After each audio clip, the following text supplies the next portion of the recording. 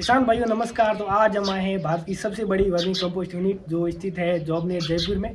और यहाँ के जो ऑनर है वो बताते हैं कि हमने है जो 1 लाख से ज़्यादा है जो फार्मर को ट्रेनिंग दी और इसी के साथ में ये है जो 2800 से ज़्यादा यहाँ पर है जो बैच बनाई गई है। तो आइए जानते हैं इस फार्म की कहानी उन्हीं की जुबान। तो इस सब आगे की जानकारी के लिए हमारे साथ में है जो इस फार्म के जो ऑनर जुड़ चुके हैं, हम उनसे बातचीत करेंगे। तो सर जी नमस्कार। नमस्कार। सर आप एक बार अपना इंट्रो दें। सभी का doctor organic vermicompost farm पे हार्दिक स्वागत है। मैं सुरेश यादव।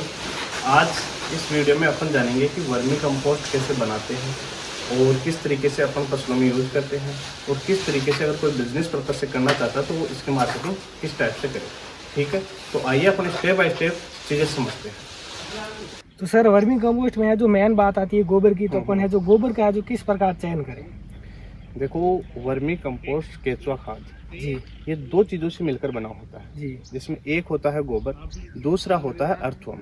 जी, वर्मी कंपोस्ट बनता है गोबर से, केचुआ उसको खाकर बनाता है। जी, और कोई भी प्रोडक्ट हो उसका जैसा अपन कच्चा माल लेते हैं फाइनल क्वालिटी भी उसकी वैसी ही होती है। तो जो अपना वर्मी कंपोस्ट है उसके लिए कच्चा माल है गोबर। तो गोबर के लिए अपन दो पैरामीटर तय करके रखते हैं, जिसमें एक होता है कि गोबर ताज़ा हो। ताज़ा का मतलब होता है कि जैसे पशु ने आज दिया तो आज से लेके 1-1.5 महीने तक का गोबर। और दूसरा है कि साफ सुथरा गोबर हो। साफ सुथरे का मतलब है कि जैसे आप देख रहे हो इस गोबर में 1% मिट्टी नहीं जी, पक्के फर्श का गोबर उठाया गया है। इसके अलावा और जो प्लास्टिक कचरा वगैरह जो आता है वो इसमें नहीं होना चाहिए। तो गोबर का चयन करने के लिए अपन ने दो चीज़ें सीखी जी। तो सर आगे बात करें तो जैसे कि आप है जो बड़े लेवल पर है जो इसके फार्म को चला रहे हैं, तो आप है जो इतना गोबर लाते कहाँ से। ये जैसे हमारा यहाँ पे गोबर आता है जयपुर से जी, जहाँ पे पक्के डेयरी फार्म होते हैं, गौशालाएं हैं, वहाँ से अपन गोबर एकत्रित करते हैं। तो सर गोबर लाने के बाद में जो इसकी आगे की क्या प्रोसेस है। गोबर लाने के बाद में अपन उसकी ढेरी करवाते हैं। ढेरी करवाने के बाद में उससे 10 से 15 दिन तक उसके ऊपर पानी डाला जाता है। पानी अपन इसलिए डालते हैं कि एक तो गोबर गर्म होता है तो वो ठंडा हो जाए, दूसरा गोबर में कई प्रकार की गैसेज पाई जाती है जिसमें मुख्यतः मीथेन गैस होती है। तो जैसे अपन पानी डालेंगे तो वो गैसेज बाहर निकलेगी। अच्छा, तो सर इसके बाद में जैसे आपने गैस को रिलीज कर दिया, फिर है जो आगे की क्या प्रोसेस है। गैस निकालने के बाद में इस गोबर को 3 से 4 दिन तक ऐसे ही छोड़ दीजिए, क्योंकि जैसे अपन पानी डालेंगे तो थोड़ा लूज हो जाएगा जी। और धीरे धीरे वो 3-4 दिन में फिर वापस सूख जाए तो फिर उसके अपन बेड बनाते हैं। बेड अब अपन देखते हैं कि बेड किस तरीके से बनाया जाता है जी। गोबर को है जो हमने अच्छी प्रकार से ठंडा कर लिया है, उसके बाद में आगे की क्या प्रोसेस है। जैसे मैंने बताया आपको कि गोबर को एक बार ठंडा कर लिया जाता है जी, उसकी गैसेज बाहर निकाली जाती है। उसके बाद में अपन गोबर की बेड बनाई जाती है। अच्छा, बेड की साइज आप देख रहे होंगे लगभग 3 फीट चौड़ाई रखें, 1.5 फीट के लगभग ऊंचाई रखें। और लंबाई का इसमें कोई इशू नहीं है, लंबाई अपने पास में जैसी जगह अवेलेबल है वैसे अपन कर सकते हैं। सर बेड मेथड में देखें तो अपन है जो छाया में बनाए या फिर धूप में, आप पर यहाँ जो है जो दोनों मॉडल बनाए गए हैं। देखो, सितंबर से लेके मार्च तक लगभग 7 महीने होते हैं। उन 7 महीनों में शेड में और ओपन वाली बेडों में कोई डिफरेंस नहीं रहता। अच्छा, सेम ही है। लेकिन बात करें अप्रैल से लेके अगस्त तक, तो ये 4-5 महीने गर्मी और बारिश के हैं। तो इसमें शेड वाली और बाहर वाली में थोड़े बहुत डिफरेंस है। जैसे कि अगर बाहर ओपन में है तो गर्मियों में तो पानी ज़्यादा देना होगा, और बारिश के टाइम की बात आती है तो उस समय अपने को मतलब बारिश के पानी को रोकना है। इस तरीके से कुछ डिफरेंसेस है। तो सर दूसरे में मैं यहाँ पर देखूँ तो आपने है जो नीचे प्लास्टिक बिछा कर किया, और कहीं कहीं हम देखते हैं जो पक्की बेड है वो बना के करते हैं। तो सर इसमें क्या अंतर रहता है। देखो, नीचे प्लास्टिक के नीचे पक्के फर्श का अल्टरनेट ऑप्शन है।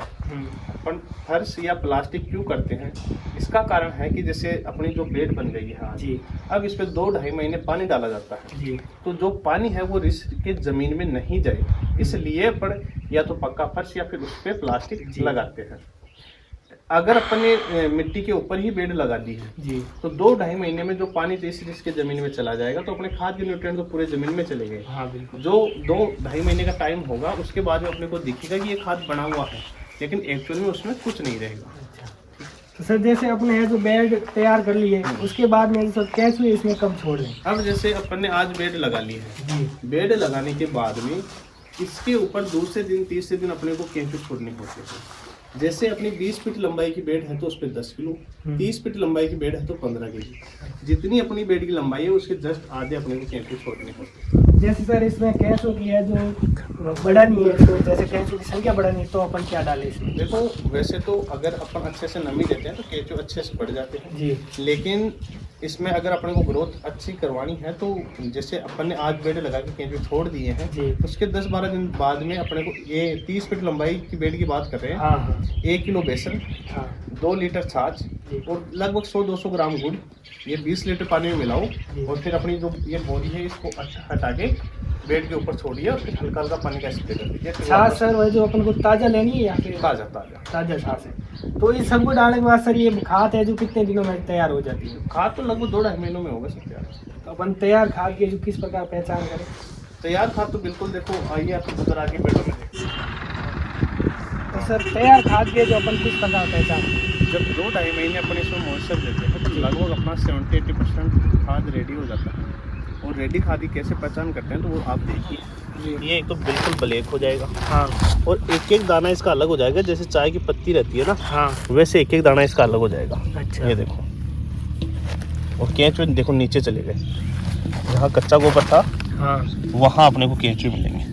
अच्छा, जो तैयार खाद है वो ऊपर आ जाती है? हाँ, ऊपर केंचुआ ऊपर से खादा हुआ ही नीचे जाता है। तो जो कच्चा गोबर होगा केंचुआ उसमें लगभग ज़्यादा रहेगा। जब अपना खाद तैयार हो जाता है तो फिर इस खाद को उतारा जाता है जी। उतारने का प्रोसेस रहता है कि जैसे अगर गर्मी का समय है तो 1-2 दिन पानी बंद कर दो। हाँ सर्दी बारिश में मौसम के अनुसार 4-5 दिन तक पानी बंद कर देना है और बोरी को हटा देनी है। जी।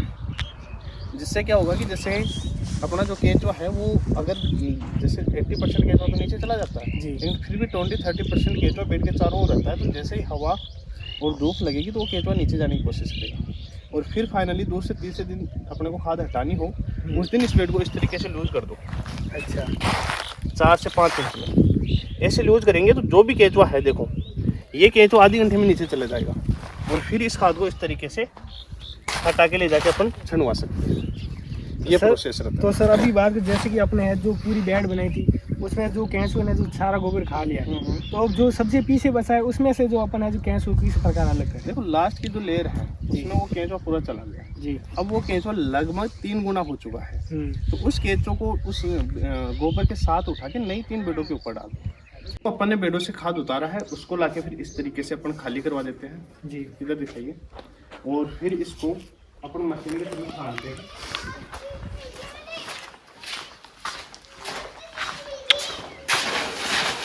ये 4 mm की इसमें जाली लगी होती है जी। इसके थ्रू इसको छान के फिर आप पैकेजिंग कर लेते हैं 50 kg के वेट। तो अभी सर अपन मार्केटिंग की बात करें तो आप एक जो वर्मी कंपोस्ट है तो क्या भाव में सेल करते हैं? देखो वर्मी कंपोस्ट अपना 8 रुपये पर केजी जाता है जी। और केंचुआ अपना जो बहुत अच्छी क्वांटिटी में जाता है वो 280 रुपये पर केजी जाता है। और केंचुए की क्वांटिटी देखिए एक बार आगे। जी।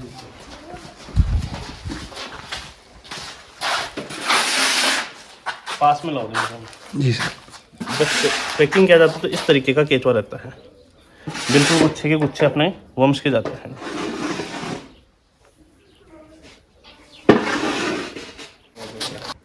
सर अब बात करते हैं मार्केटिंग की। जैसे कोई छोटा किसान है तो जो है अपने खेत में ही बनाकर उसको यूज़ कर लेता है, लेकिन कोई बड़े लेवल पर इसको करना चाहता है तो वो है जो इसकी किस प्रकार मार्केटिंग करे? देखो वर्मी कंपोस्ट की आज के टाइम में बहुत अच्छी डिमांड है। जी। डिमांड कहाँ है?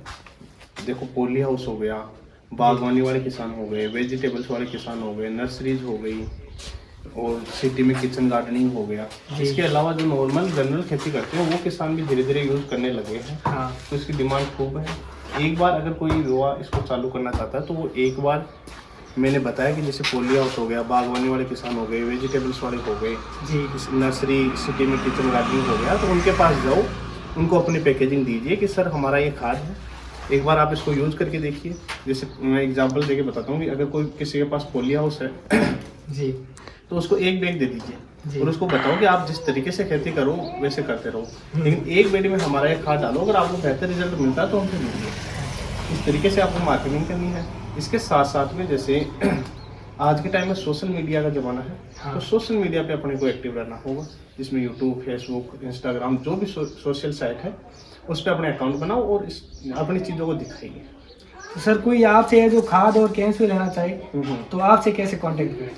देखो हमारे से जैसे डायरेक्ट नंबरों की बात करिए जी हमारे खुद के चैनल है जिसमें जैसे इंस्टाग्राम पे डॉक्टर शरण यादव के नाम से है, जी यूट्यूब पे डॉक्टर ऑर्गेनिक फार्मिंग जैविक खेती के नाम से है, जी उन पे भी कौन मैसेज कर सकते हो और हमारे नंबर है जिसमें देखो ये आप मेंशन कर देना जी। ये डॉक्टर साहब है और वो मेरा नंबर है। तो सर क्या आपके प्रोडक्ट जैसे अमेजोन फ्लिपकार्ट भी नहीं available है? हमारे डायरेक्ट कांटेक्ट है और इसके अलावा अमेजोन फ्लिपकार्ट किसी भी साइट पे अपने प्रोडक्ट नहीं है।